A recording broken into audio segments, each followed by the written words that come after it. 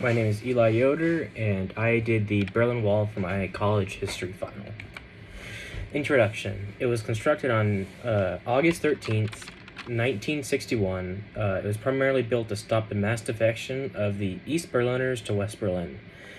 The Communist Soviet Union did not want the democratic influence in Berlin. It collapsed on November 9th of 1989, so it was up for about 28 years. And the collapse was a result of the East German government's announcement that citizens could now finally cross the border. Rise of the Cold War tensions.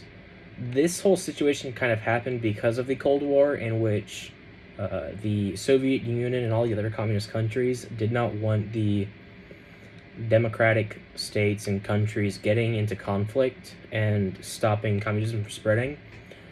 So it was an ideological conflict, capitalism versus communism, increasing tensions between the U.S. and the Soviet Union.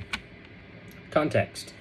Due to Germany's part in World War II, they had to pay a lot of fines and a lot of reparations around the world to all the other countries. But one of the main consequences was the occupation of Germany. It was split into about four districts. The Soviet Union had the entire eastern side of Germany, while the western side was controlled and split into three parts by the U.S., Britain, and France. The three countries, U.S., Britain, and France, would slowly kind of become one conglomerate country, or not country, but district, and it would just be West Germany and East Germany, with the Soviets owning East.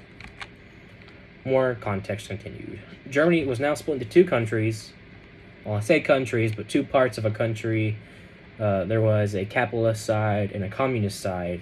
Even though Berlin was in the east side, it was the capital, so they decided to split the capital itself in two, even though it's on the east side with the communists, so they had a democratic part and a communist part of Berlin. The Soviet Union, again, owned the east side, and Democratic owned the west side. Soviet Union had very poor living conditions on the east side of Berlin and Germany both. So there were a lot of East Berliners and East German people that would cross over to go to West Berlin and West Germany just to get into those better living conditions. There's more resource availability and more food. The Soviet Union didn't want this to happen because it harmed them.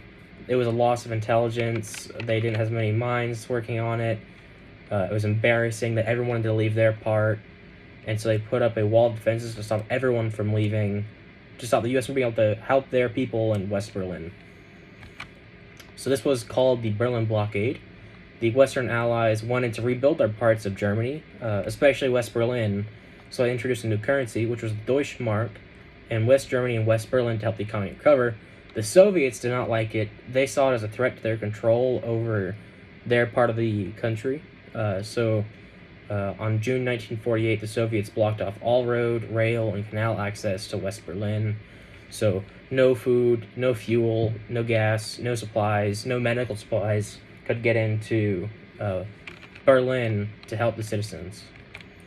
This started the Berlin Airlift and also the end of the Berlin Blockade.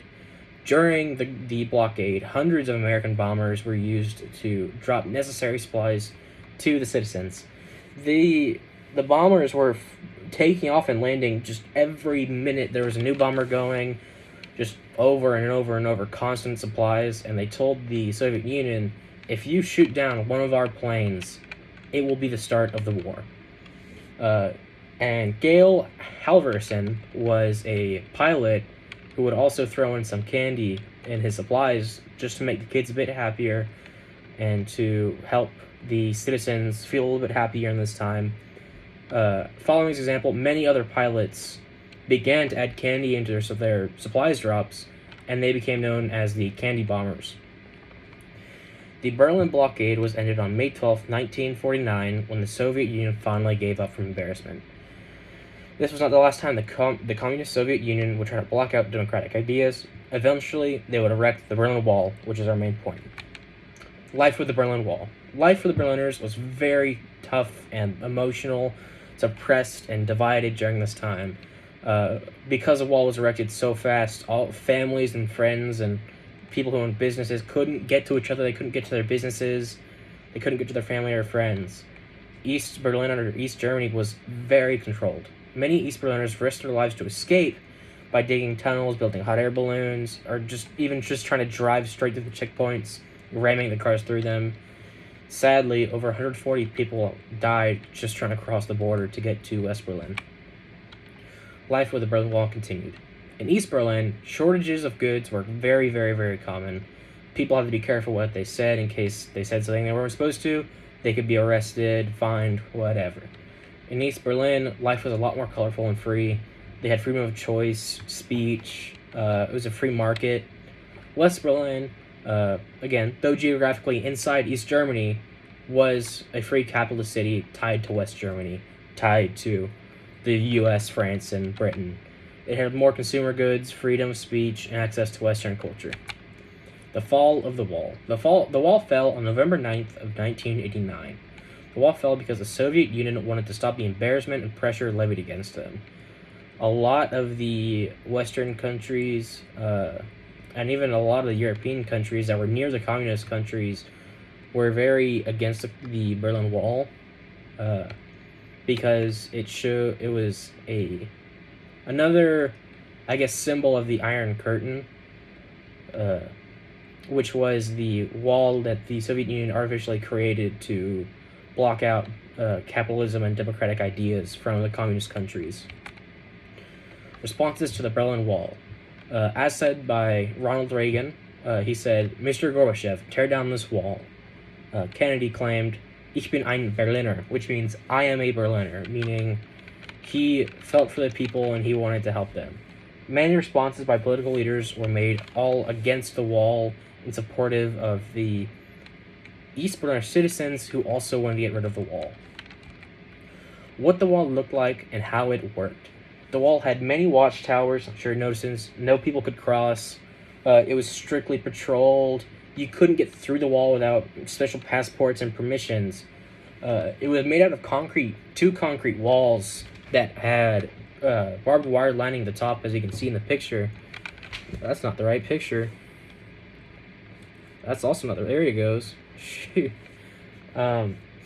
Reinforced concrete, and it was two separate walls with barbed wire. There was a death zone between the two layers known as Death Strip.